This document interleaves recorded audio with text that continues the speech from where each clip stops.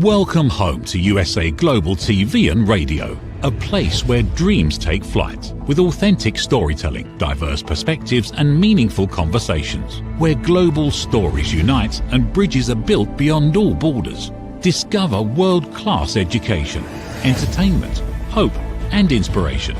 Together, we're building bridges worldwide. Subscribe to our channel, USA Global TV. Download our app, USA Global TV. Be our guest or join our team. Visit usaglobaltv.com. Thanks to our founder and executive producer, Dr. Jacqueline Kerbeck. Music score by Yeffy Tang from Cloud Road Music. Voiceover artist Mike Porter. Creative direction by Paul Garcia. USA Global TV and Radio, your home for global connection. All rights reserved. This video and its contents are the exclusive property of USA Global TV and Radio. Unauthorized use, duplication or redistribution in any form is strictly prohibited.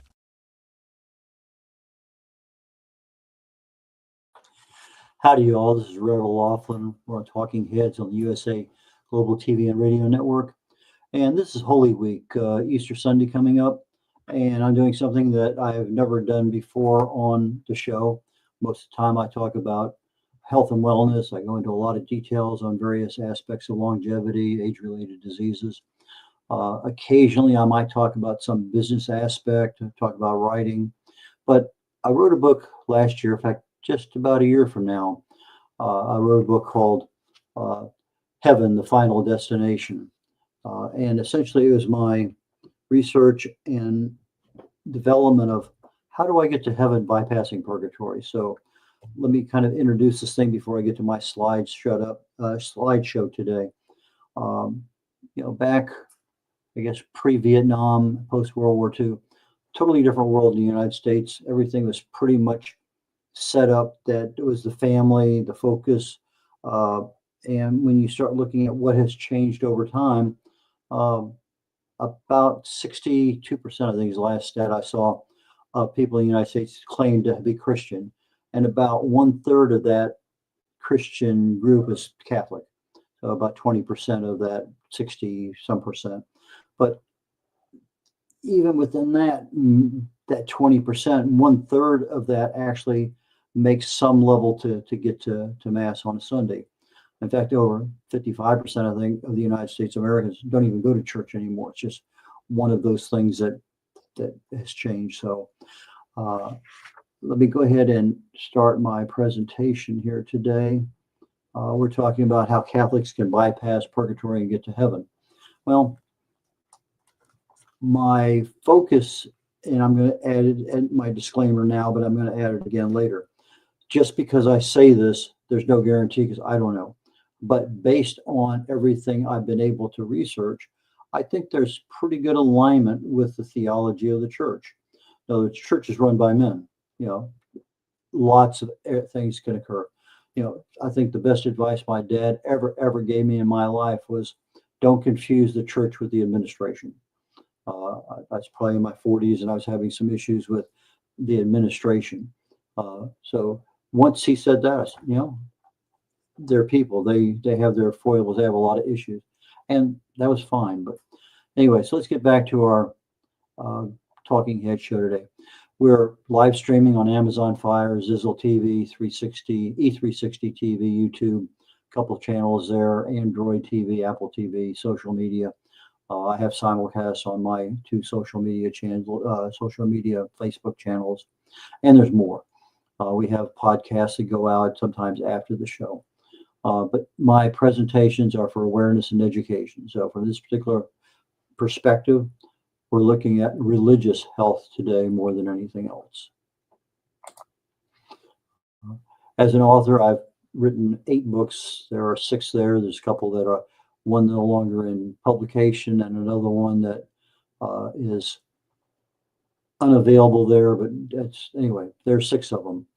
red@red.olaughlin.com or red.olaughlin@gmail.com are 2 easy ways to reach me. But if you want to contact me, another way is just go to my website, red.olaughlin.com. It's RED, color, Olaughlin, OLAUGHLIN, red.olaughlin.com. I research the human body at the cellular level, chemically speaking. I look for cause and effect relationships, treat a cause, fix a problem. Treat symptoms, and you'll always be treating symptoms. I speak on this, I write on this, I have books on it, number of things I do. But I also help other people get their books published. I've gotten over 40 other authors get their books done over time. For us today, you can find the live shows on YouTube, USA Global TV, go to streams, and I think on the archives, it's really playlists rather than archives, but I have an archive portion of my website that covers nearly every show we've done here on the USA Global TV and Radio Network. A little bit about me. I'm a researcher. I've never been in the medical or pharmaceutical fields, but for today's presentation, which is spiritual health, it's just one of those things that in a normal environment, I would be talking about health. Today is a special one, and I thought it was apropos because it is Holy Week. My first degree is chemistry. I have 5 total academic degrees, a whole bunch of professional certifications, 31 years in the Navy, retired as a captain, been to 61 countries. My focus in what I do is to find cause and effect relationships. This is what I did in industry and my commercial life after I got out of the military. If you can find out what caused something to happen, you can treat that cause. You're not treating the symptoms, and you can probably make some success out of that event. In July, I'll be married 57 years. We have a couple kids, 3 grandkids, and 1 great-grandson right now. Best-selling author, 8 books, independent publisher, distinguished Toastmaster.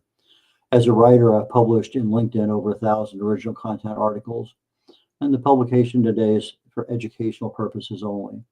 Last year, 2024, on the USA Global TV and Radio Network for the show The Wise Ones, I was the number 2 and number 6 host for that year. So today we're talking about Catholics avoiding purgatory and going to heaven. And so my book is shown there. In Catholicism, we believe that there's a purgatory, and I can go into the theoretical or theological, I guess is probably a better word, reasons for that. But for people that I'm addressing primarily today, purgatory is a known word. It's something that's there. They say, well, it's not in the Bible. As one of the Father Mark Beard passed away about a year or so ago. He used to say on his video, says, purgatory is an English word. Of course, you're not going to find it in ancient Greek in the Bible, but she says you're not going to find Trinity, you're not going to find incarnation, you're not going to find a lot of other things that we believe in today. But purgatory, there's enough references to it in the Bible, maybe as much as a half a dozen, but at least 3 or 4. But I believe in purgatory. It's where the soul's going to go before it ends up in heaven. I was what they consider to be a cradle Catholic. I'm the oldest of 9 kids. My parents were very devout Catholics. And I decided a little over a year ago, maybe 2 years ago, to write a book on this topic. It's something that's, I want to know more, but I just didn't quite know what to do. And so I did some research. I need to share this with other people. So I used my research abilities in the non-business health and wellness. So if I wanted to rewrite that, I say, I did my research for spiritual health and wellness. So what does the Catholic Church say about going? They don't. They advocate a lot of things, but they don't specifically tell you up front, black and white guarantee, this is the way to bypass purgatory and go to heaven. So let's explore the options that we know and are available if you research them deep enough. Use the same cause and effect relationships of why. Well, why is that? Okay, tell me why that happened. If that happened, why did that happen? And you go down about 7 levels of why in order to find a root cause. Well, I use the Dewey Reams Bible. A lot of people don't like that one because it's a difficult one to read. Catholic history, a lot of it there you can find on Google, you can find on YouTube, find a lot of books. So I use that. Catholic doctrine, sacred tradition, sacred scripture. I think it's called the magisterium. And there's a lot of divine communications, and I think that's a very valid portion of this whole thing. Again, a disclaimer, just because I'm telling you this today doesn't give you any guarantee, but I think it means a whole lot more than never even knowing it to begin with. And that's the process of this show today, education and awareness. So from an awareness perspective, if you're a Catholic, these are things that you may never have been told of before. So, I've been to many, many retreats. I enjoy them. It's a chance to kind of break away from the everyday and focus on some aspect of my spiritual health. Well, I went to one, and it was during the pandemic, very beginning of the pandemic. And one of the first questions, I think it's Father Larry Richards asked, he says, "You know anybody in heaven?" I actually made it to heaven. And that was literally almost the first question out of his mouth, and silence in the church. And it really piqued my curiosity because he did go ahead and explain a little bit about last rites, and we'll talk about that here in just a second. But what does the church say on getting to heaven? Okay, well, I think it's pretty good.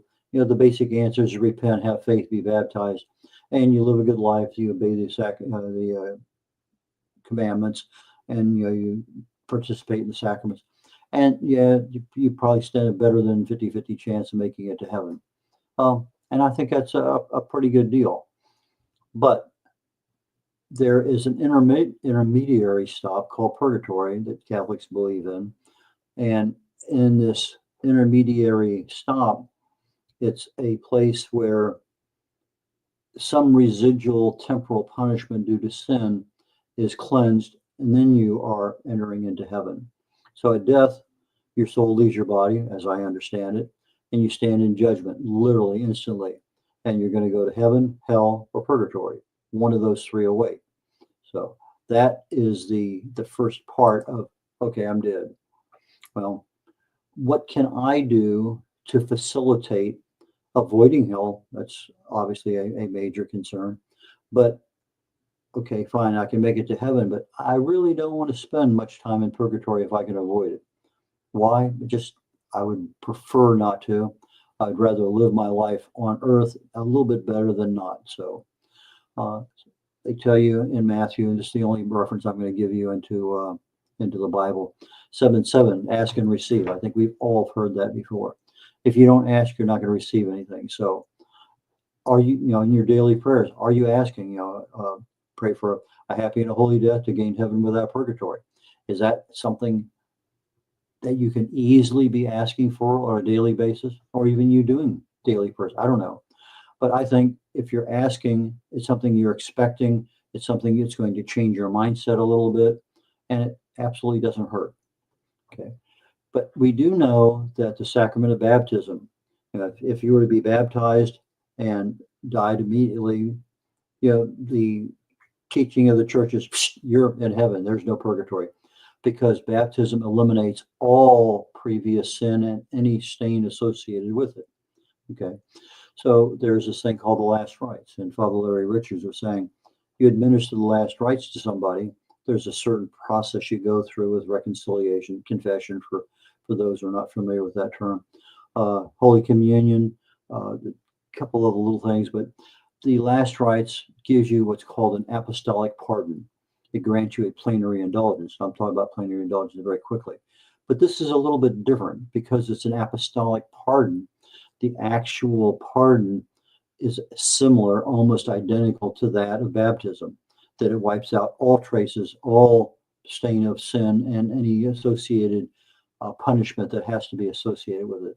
So if you're Catholic, make sure that your family knows you want last rites, no matter what. Just put it in your will. Do something that everybody knows that when it comes that time, time for bring the priest in. Let's go do last rites. So there's another one that's very similar to the apostolic pardon, and this is one that was created not long ago, and it's called Divine Mercy Sunday, and it's the Sunday after Easter.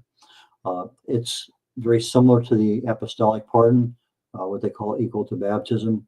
It requires confession and Holy Communion, and usually your plenary indulgences, it's 20 days before, 20 days after a confession gives you a little bit of time rather than, okay, I went to confession on Friday, I need to go to confession again on Saturday. Not that you have that accumulated that much sin, but the confession really does have some extenuating back in time and forward in time with the graces that gives you. But it's a part of the process with the Divine Mercy Sunday is renewal of your baptismal graces, basically a reset of your spiritual meters. A few years ago, it was fairly often mentioned in church, these things and the value of Divine Mercy Sunday. But Pope John Paul II was the one that created it, and he actually died on Divine Mercy Sunday. But nowadays, I'm seeing it's just not mentioned very often as far as what are the benefits of the apostolic pardon associated with doing the processes associated with getting it at Divine Mercy Sunday. Plenary indulgence, use that term. We have a temporary indulgence. And, if I say a particular saying, Jesus, Mary, and Joseph, the church applied a number of days, say 300 days, just to pick a number. It could be 3 years, could be 7 years, could be a number of things. But way back when, for centuries, there was some level of, if I do an indulgence of saying this, there would be some remission of my total time in purgatory.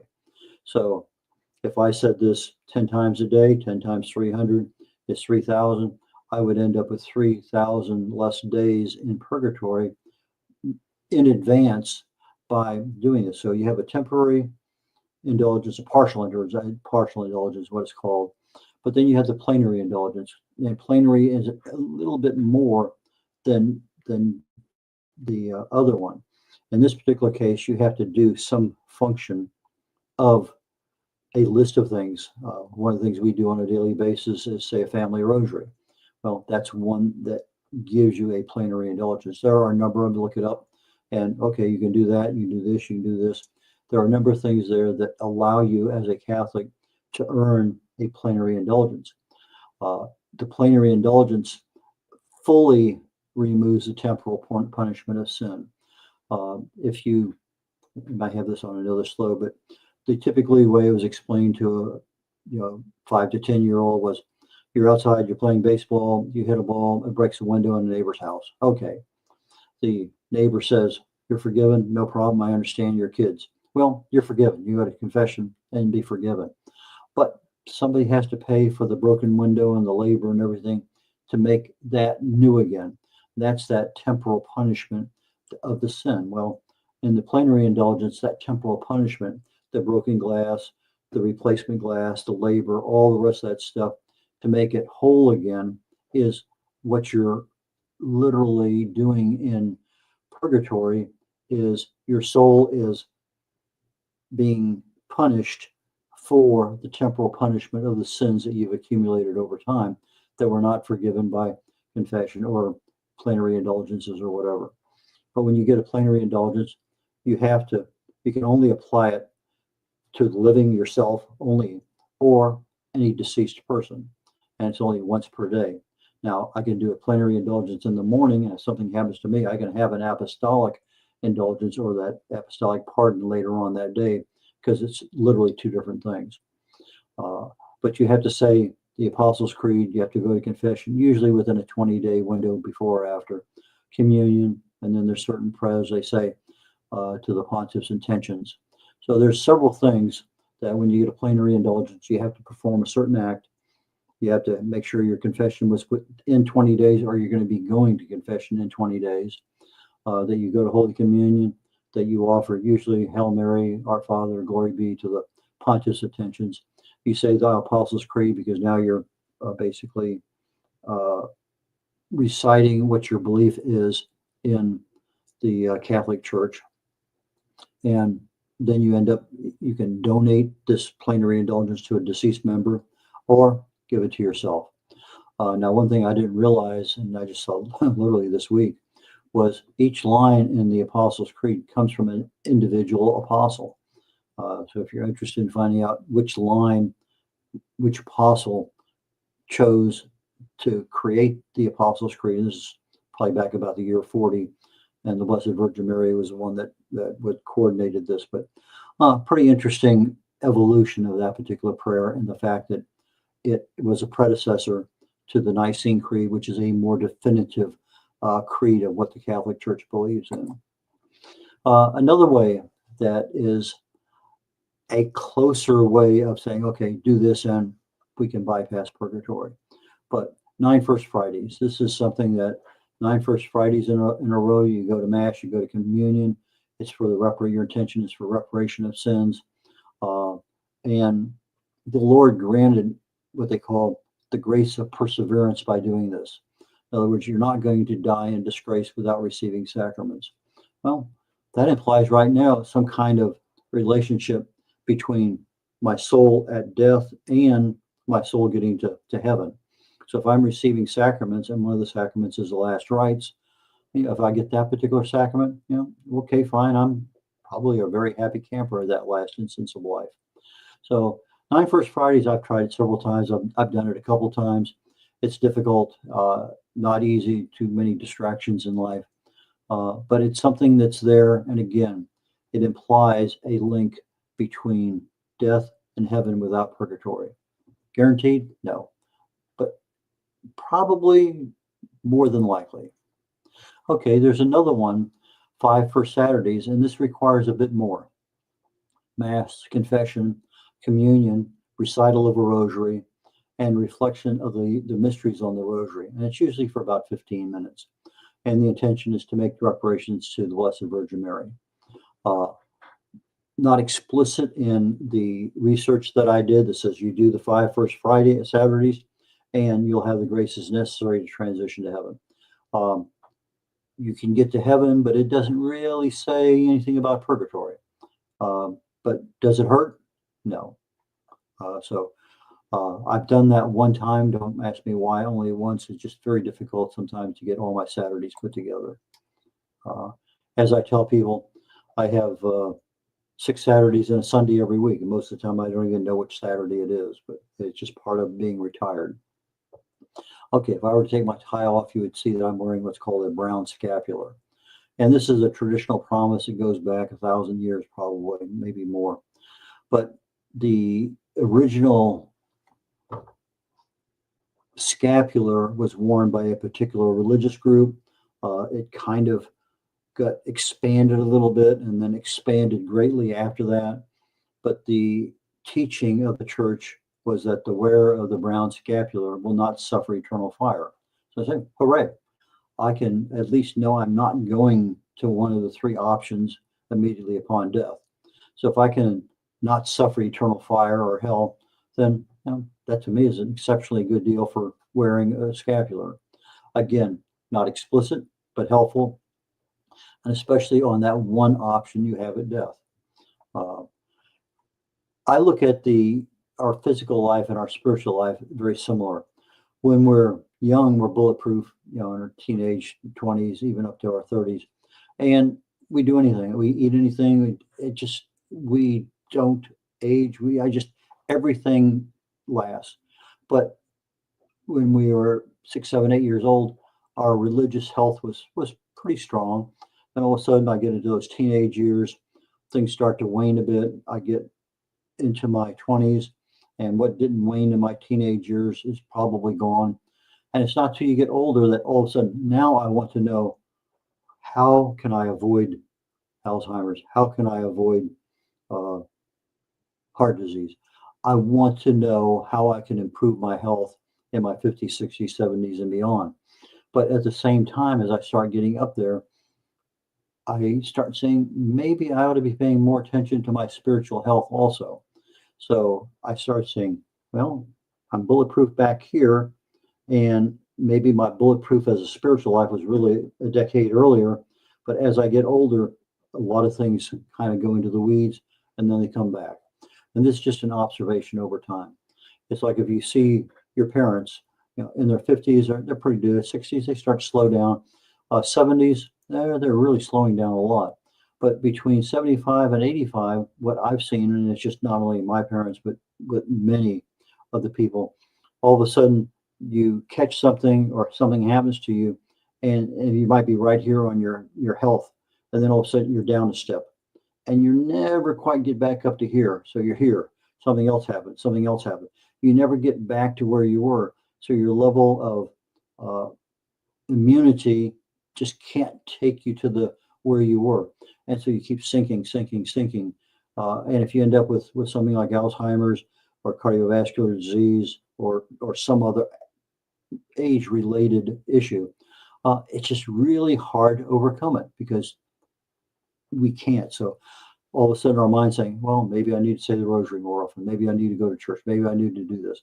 Because all of a sudden now we have the time to start seeing things we didn't see earlier. Personal observation. Another one. This one I think is probably one of the more explicit ones. The Seven Sorrows of Mary, Mother of God. A couple promises were made by doing the Seven Sorrows Chaplet and Rosary. And that is Mary's going to be present at your death and Jesus will take you directly to heaven. That's pretty explicit. And if the mother of Jesus says, this is what we promise, then it's much more. So, like say, if you're a mom and you promise your kid you're going to take them out for ice cream after they do something or they're good, there's a parental promise. You got your boss telling you, I'm going to promise you a raise or what.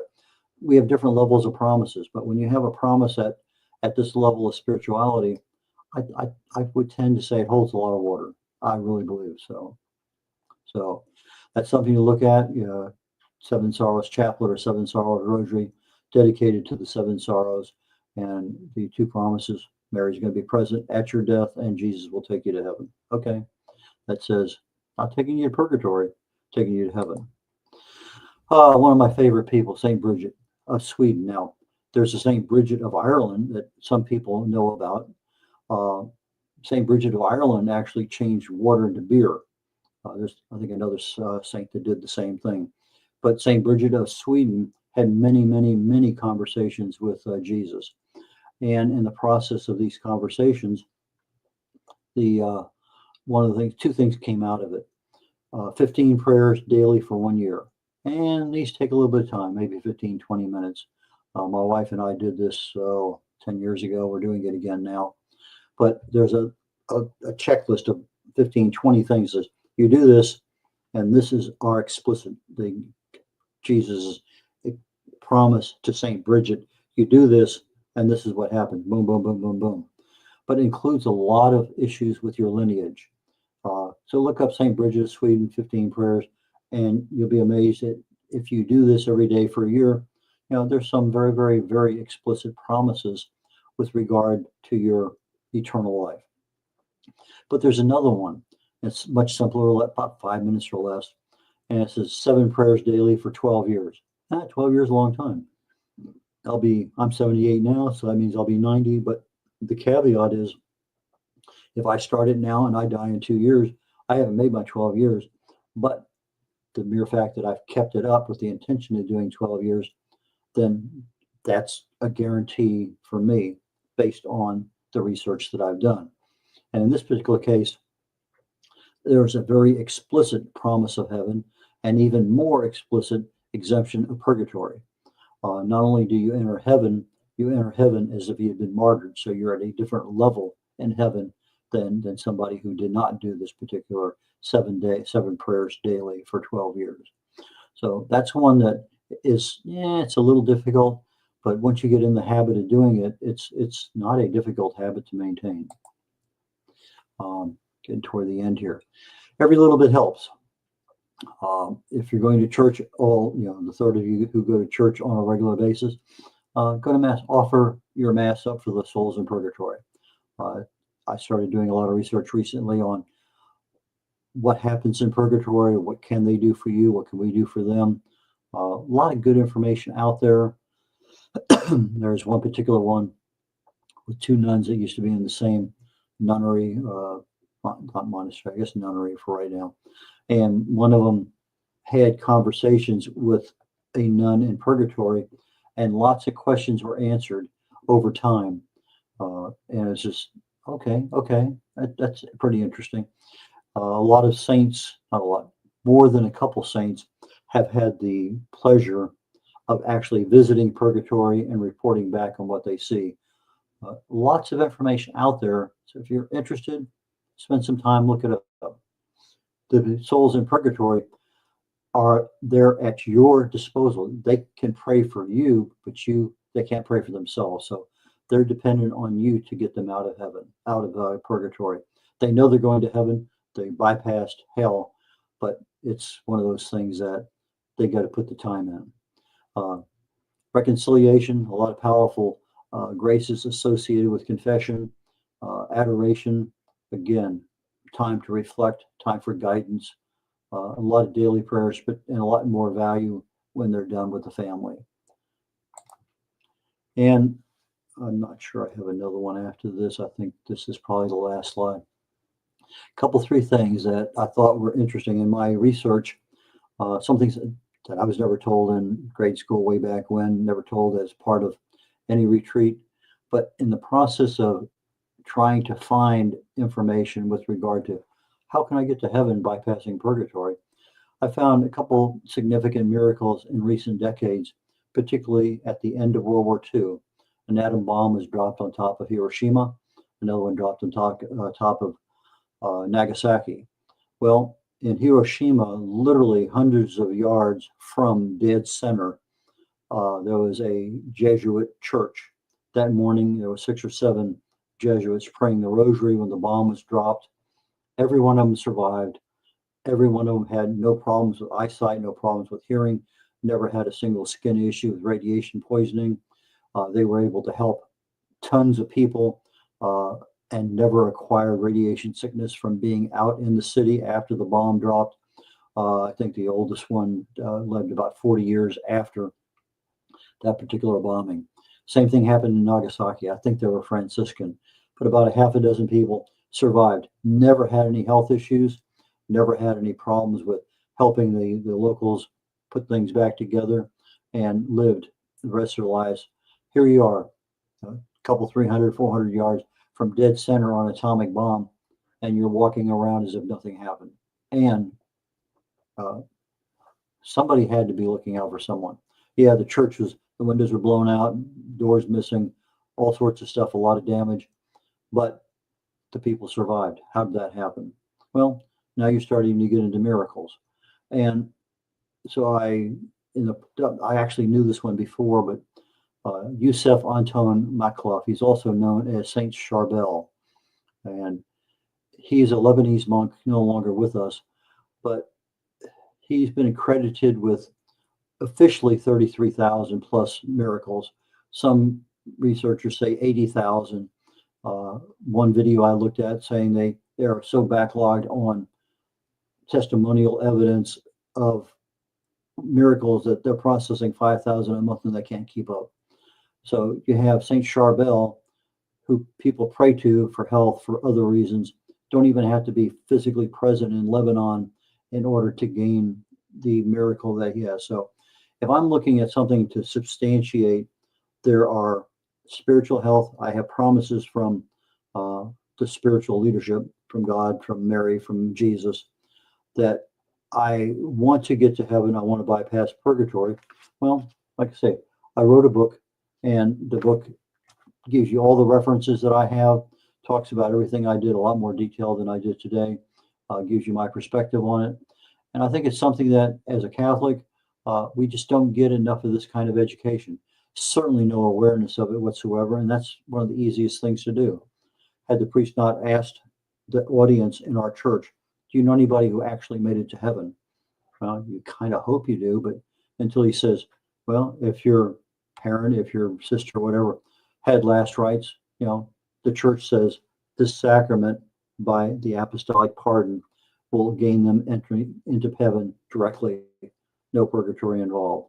And I said, I need to do some more research. So that's the genesis of this particular topic, and I hope you enjoy it.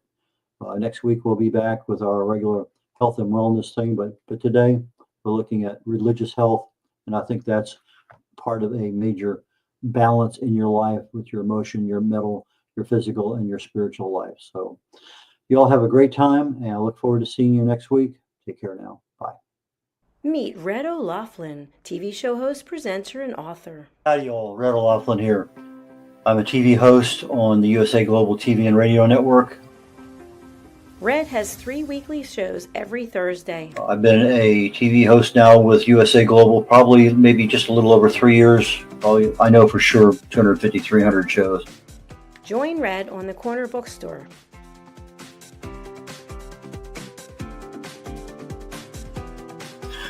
The Corner Bookstore is one where we talk to authors, publicists, publishers, editors, cover designers, anybody associated with the writing and authoring book production business. You have somebody in that area, I can help you with regard to getting your book done, getting it published, working with you on a cover. A lot of things I can help people with, and I have probably maybe published over 40 books for people so far. Join Red on The Wise Ones.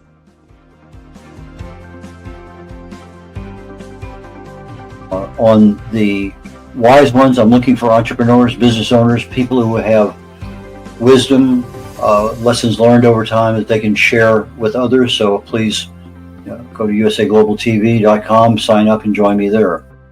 Book your session on usaglobaltv.com. Join Red on Talking Heads.